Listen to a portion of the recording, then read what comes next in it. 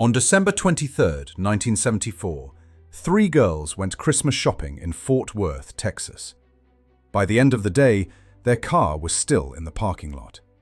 The gifts they had bought were inside. The girls were gone. It was 2 days before Christmas. Stores were crowded, roads were busy, people were finishing errands before the holiday. For most families, it was an ordinary day. For one family in Fort Worth, it became the start of a case that has never been resolved. The girls were Mary Rachel Trlica, Lisa Renee Wilson, and Julie Moseley. Rachel was 17, Renee was 14, Julie was 9. They left that day to shop for Christmas presents. Nothing about that plan suggested it would become a missing persons case. It was the kind of outing people make without thinking twice. A few stores, a few purchases, then home. But by evening, something was wrong. When their families went looking for them, they found Rachel's car near Sears. The girls were not with it.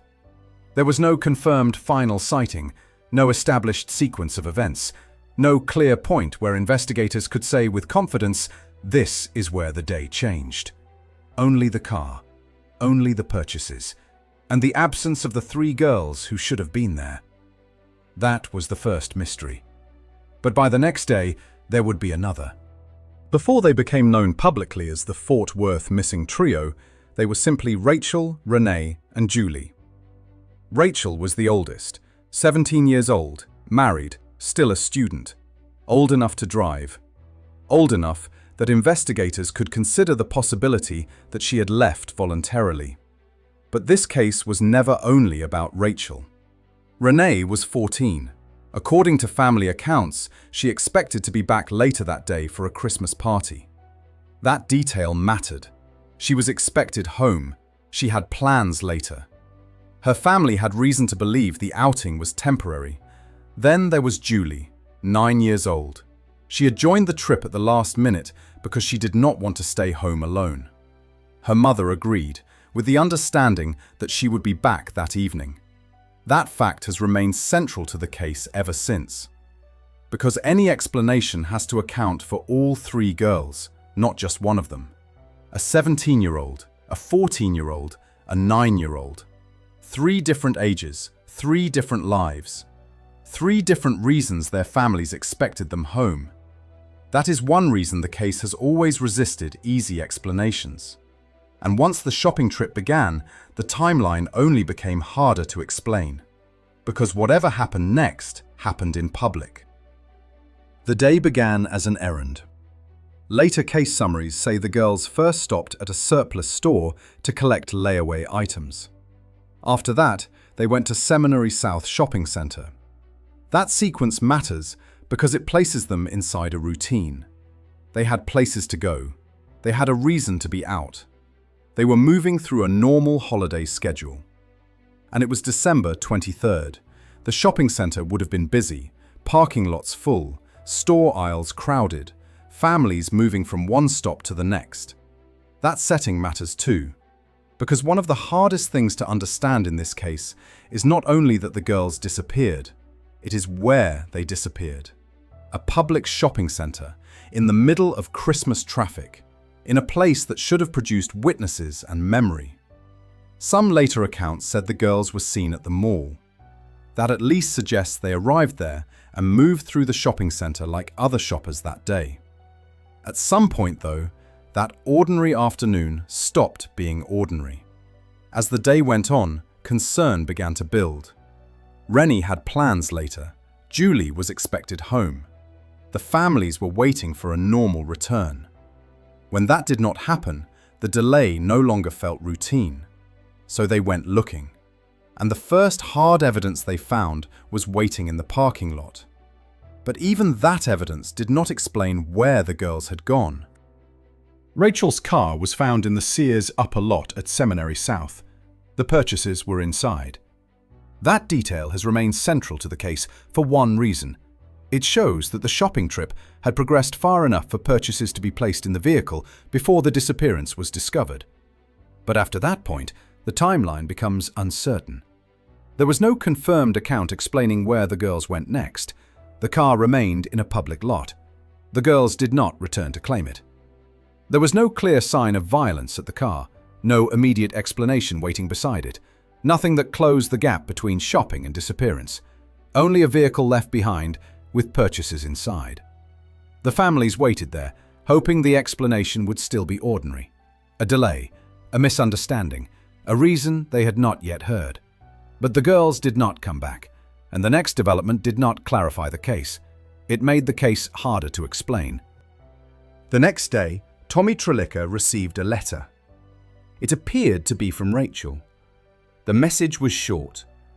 It said they had to get away, that they were going to Houston, that they would be back in about a week, and that the car was in Sears' upper lot. Signed, Rachel. If the letter was genuine, it changed the case immediately. It would suggest that the girls had left voluntarily. But the letter did not settle anything. It raised new questions. The envelope was addressed to Thomas A. Trlica, not Tommy. Family members said Rachel did not normally call him that. The envelope was written in pencil. The message itself was written in ink. The paper inside was wider than the envelope, and one detail on the envelope drew attention for years. Rachel's name appeared to have been written incorrectly at first, then corrected. None of those details proved the letter was false, but they were enough to prevent it from resolving the case. Handwriting analysis did not produce a definitive answer, so the letter remained suspended between two possibilities. Either it was genuine, or someone wanted investigators to believe it was. That uncertainty changed the case, because now the disappearance included a message whose true author was never firmly established. And that made the next question even more important. Did the explanation in the letter make sense at all? For the families, the answer was no. Early in the investigation, police considered the possibility that the girls had left on their own. On paper, there were reasons to examine that theory. Rachel was 17, she was married, and the letter, if genuine, appeared to support voluntary departure. But from the beginning, the families strongly rejected that explanation, and the reason was not difficult to understand. This was not one older teenager disappearing alone. It was three girls of very different ages. Rachel was 17, Renee was 14, Julie was 9. Any theory had to account for all three of them. That is where the runaway explanation began to weaken. A 17-year-old leaving is one scenario. A 14-year-old following is another. A 9-year-old child disappearing as part of that same decision is much harder to explain. The timing also mattered. This happened 2 days before Christmas. Renee had plans later that day. Julie was expected home. Nothing about the outing, as the families understood it, suggested a final departure. That does not prove the girls did not leave willingly at some stage, but it does explain why those closest to them never found the runaway theory convincing. There was another problem too. If the girls had chosen to leave, why was the car left in the lot with the purchases inside? That detail did not disprove voluntary departure, but it left the theory incomplete. And once witness accounts entered the case, the picture became even less clear. As the case remained open, witness accounts added possible scenes to a timeline that had never been firmly established. One of the earliest reported leads involved a woman who was said to have seen the girls being forced into a yellow pickup truck near the shopping center. If true, that would have changed the case immediately. But police were unable to locate the woman, so the account remained unverified. Years later, another witness said he had seen a man forcing a girl into a van in the parking lot on the day of the disappearance. According to that account, he was told it was a family dispute and to stay out of it. Again, if accurate, it could have explained part of the timeline. Again, it did not produce certainty. Later still, another account drew attention to a security guard linked to the shopping center. That report suggested the girls may have been seen with someone familiar to the setting rather than a stranger. That possibility mattered because it introduced a different explanation. Not sudden public force, but the possibility that the girls were with someone who did not immediately alarm them. But once again, the case did not resolve there. The accounts did not align cleanly. The timelines varied. And none of the reported sightings became the established answer. That is one of the hardest parts of old, unsolved cases. They do not remain open because there were no leads. They remain open because the leads never fully agreed. And once the case entered that stage, it moved into the long, frustrating life of an unsolved investigation. Still, investigators kept working it. The Fort Worth case did not disappear. It stayed active. Leads continued to come in. People were interviewed. Searches were conducted. Tips were checked. Rumors were reviewed and often discarded. This is the part of an unsolved case that rarely feels dramatic. Not one breakthrough after another, but repetition, review, disappointment. The slow effort of trying to move a case forward when each lead stops short of proof. In this case, that process continued for decades. Thousands of leads were followed. Hundreds of people were interviewed. Search efforts were repeated more than once. Still, there was no confirmed recovery of Rachel, Renee, or Julie.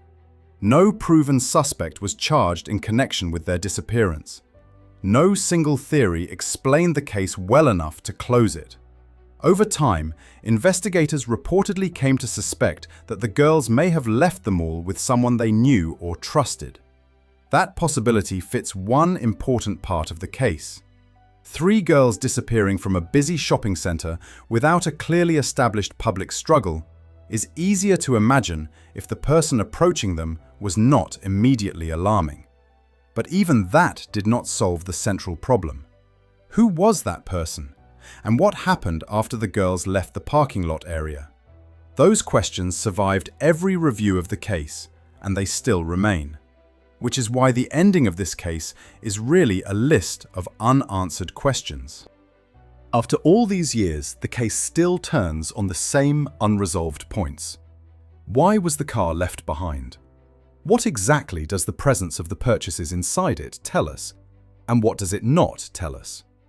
Who wrote the letter? If Rachel wrote it, under what circumstances was it written? If she did not, who knew enough to mention the car and shape a believable explanation? Then there is the setting, a crowded shopping center, holiday traffic, a place where people assume serious events would be noticed.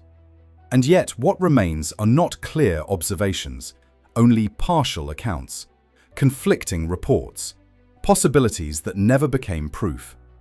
And perhaps the most difficult question is the simplest one. Did the girls leave that area under pressure, or did they leave with someone they did not immediately fear? The case has never answered that. That is why it remains unfinished in a very specific way. Not because nothing is known, but because what is known does not settle the central questions. The facts establish a disappearance. They do not establish exactly how it happened. Rachel Trlica, Renee Wilson, Julie Moseley. 3 girls who left for Christmas shopping in Fort Worth on December 23, 1974. Their car was found, the purchases were inside, a letter arrived. But what happened to them after that day has never been established, and that is why the file is still incomplete. This is the incomplete file.